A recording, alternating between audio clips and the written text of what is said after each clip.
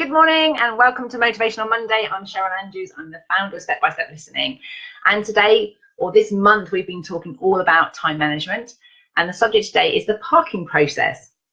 So I want to talk, I've heard myself saying, I need to park that till later. And you may have heard that expression as well. And yet when we're in overwhelm, we've got hundreds of things going on in our head, whether it's good ideas or challenges or problems or trying to meet the needs of all the people that we love and care for. It can feel almost impossible to park anything. And that's where the clarity process comes in. It's really important. It's one of those things in that moment you have to make really quick decisions. But the clarity process is about actually stepping back out of that and putting yourself into a learning space where you actually learn to look at how you make decisions. And what are your decision making process made up of? And for me personally, I know that I discovered years ago, probably about 5 or 6 years ago now, that when I was making a decision, it was based on everything I'd heard. So my senses were taking in all this information. So I knew that if I did this, it'd be bad for this person. I knew did this, it'd be good for that person. And I was trying to make decisions that were holistic and inclusive of everything and everyone, but usually not inclusive of myself. That was a big thing. So if you're at that point in your life where you're feeling like every decision pulls you in the direction of supporting and inspiring and helping other people, but you have a sense that your own dreams, your own aspirations, your own wants and needs are kind of going on the back burner, then I highly recommend that you stop and really take some time out of your diary and really think about what it is that you want for both yourself and for those that you care about, and for the relationship between the two of you, so that you have a very clear outcome at the very beginning, which you can calibrate against. So good morning, somebody just joined us. Please do say hello so I know who you are. So how I do that, and I caught myself at the weekend, because some of you will know that I've been pretty busy with coaching over the last couple of weeks. So I've been starting quite early, coaching at 7 in the morning some days, and sometimes not finishing till 8 or 9 o'clock at night. Not always on the same day, but having some real full-on days listening to other people. And so those of you who are also coaches, you'll know that it takes a lot of energy to listen to another person, to hold back my natural responses or my opinions or my suggestions and purely hold that space. It also takes energy to listen to sadness. It takes energy to witness that person and honor where they are now without correcting them, without judging them, without making any assumptions about it, but simply listening to honor where they are with their stories. It's also greatly energizing when I listen to stories of people starting to witness themselves, starting to honor who they are. However, with all of that going on, I was finding at the end of every day that I'm absolutely cream crackered. And when it came to my husband and my own children, I was like a zombie. I was like, didn't have much left to say. And so I was really aware that I needed some time out. So this weekend, I completely switched off. In fact, those of you trying to get hold of me, my phone has completely died. I can't even switch it back on now. So I had some time off over the weekend. And what I know that people say to me is they're like, how do you do that, Cheryl? How do you switch off? And how I switch off is I have the parking process. I literally listed off every single thing that I needed to do. I have a CRM system that holds my to-do list as well, so I don't forget it. But I'd literally gone through my diary for the next 3 months and worked out when I was going to deal with that thing. Because I've got it on a CRM system that's going to come back as a reminder, I know that I don't have to rely on my memory remembering it. I know I've got time in my diary, and so I've scheduled it forward. I also did another thing where I actually talked to my mentor, who is giving me homework every single week for the next, we had a 12-week program, and we're on week 4, and I'm just about halfway through week 2's homework. I was not doing it as fast as the homework was being set, and so that was causing overwhelm for me. And so the second thing I did is actually talk to the person who was involved, and they said to me, how can I best support you, which is my favorite question. And what I wanted was reassurance that if I didn't meet the 12-week deadline, there would still be support for me after that 12-week deadline. It's like I physically can't process the questions as fast as they're being set, and I want to give them due diligence. It's not that I wasn't doing the homework. It wasn't I wasn't spending time doing it exactly as I was told to do it. It's just it was taking me longer than it was expected. They thought we'd need 2 lots of 90 minutes, and it was taking me a lot more time than that to do the research, to collect up the evidence, to make those decisions. So answering the questions on my original plan was now taking me longer. So these are things that are happening for me. So I had my homework I was running behind with. I was full on with my coaching practice.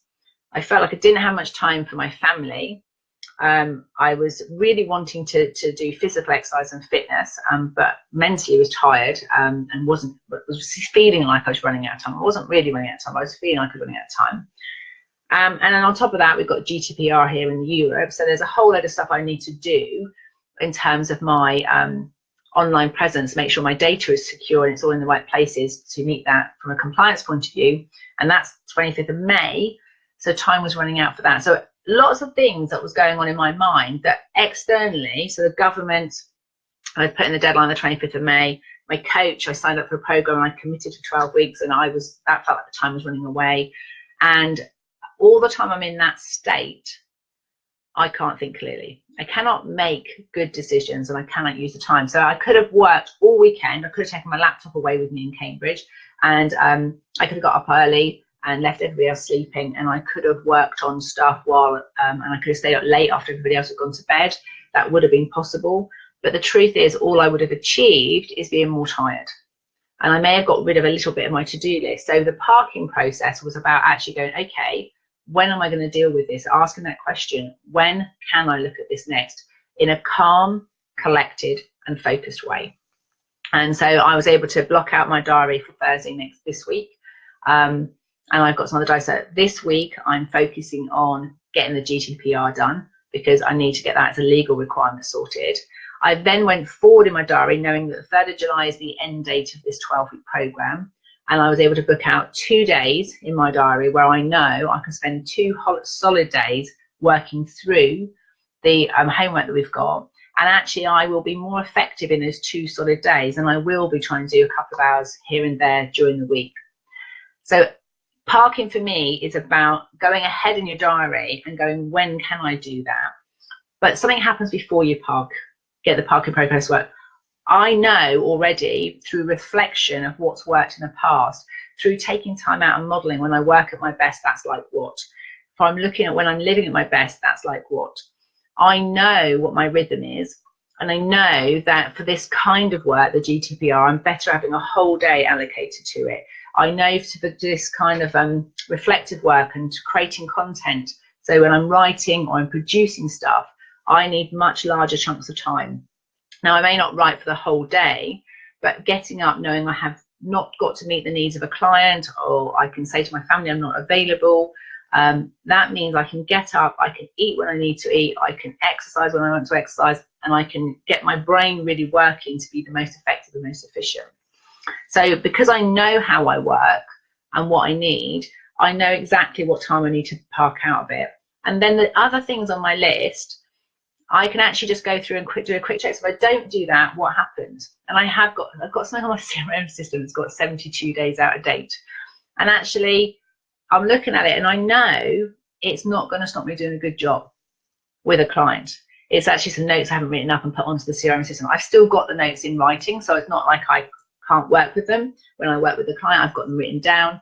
So they're not important. And so I can go through all of my list and actually go, I can either just delete it off and not need it on there at all, or I know that it's not a priority for Perkit going forward.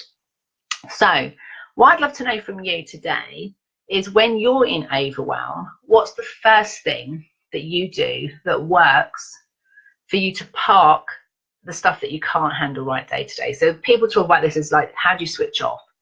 Because I can honestly say that I've come back today having had the complete weekend off, just completely engrossed myself in and immersed myself in botanical gardens, artwork, laughter, walking, eating and talking, and with my mother-in-law, Joyce, and Mark, my husband, and just being present to what's going on and just being absorbed by the architecture and the new environment in Cambridge. I've come back today able to look at things more objectively and work out how I'm going to use my time this week. So I'd love to hear from you. What works for you to manage your time more effectively? Parking process is mine, where I park it in the future, knowing that's when I can deal with it. And I can do that with confidence because I know that's what's worked before.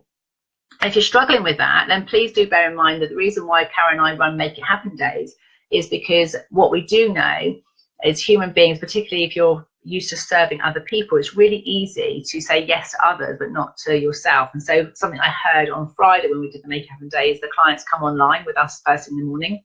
They paid us £97 to be with us all day.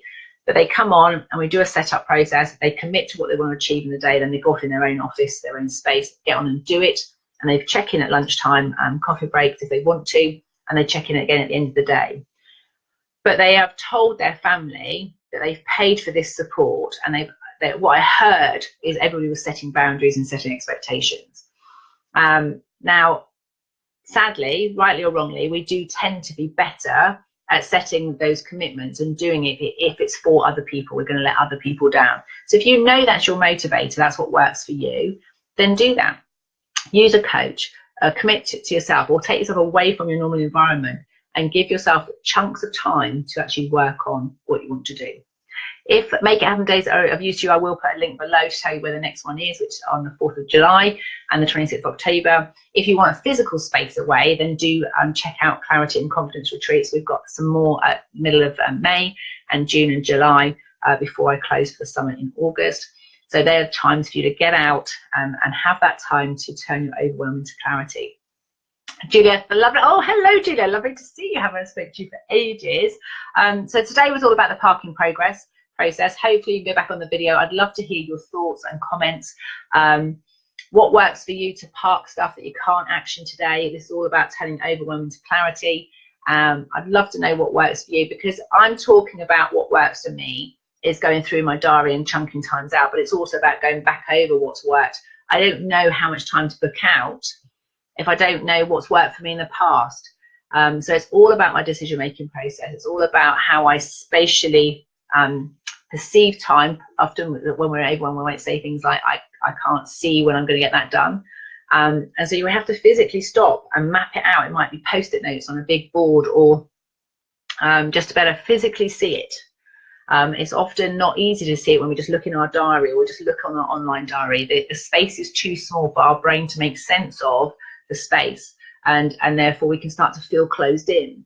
Whereas if we can open up the space and plan it and then put it in a date and have a reminder, I call that the parking process, where I go, actually, I don't need to think about that until that day. So there's stuff I know needs my attention and it's going to need me to really work through it. I don't spend time today thinking about it and worrying about it. I park it in a section in my diary, and I know that's the day I'm going to deal with it. So I'm already thinking in the back of my mind about GDPR, and I'm starting to get lists ready to sort it out. But I know when I wake up first thing on Thursday morning, my whole day is dedicated to getting that sorted. And so I know that I won't be taking calls, I won't be checking my emails, I'm not going to be doing anything apart from GDPR. I'd be like being on my own GDPR retreat.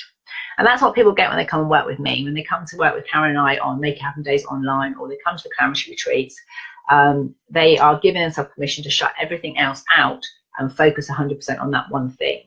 And that for me is the parking process. It's about actually saying to your brain and your family and friends that don't need to think about this today because I have time in the future to think about it. And the ironic thing is that whilst you are not worrying about it, because your brain knows when you're going to be doing it, it will be cogitating stuff in the back, and it'll be collecting up information ready for that day to be the most effective. Hope that's been useful. I'd love to hear your comments later on today. Please tell me all about what works for you to park your worry, your overwhelm in the future, so that you don't have to worry about it today. And if you've got other strategies that work for you, maybe delegating or changing your rules or how you make decisions, whatever it is that works for you to manage your overwhelm to clarity, please do share below. Lovely to see you today, Julia. Speak to you soon.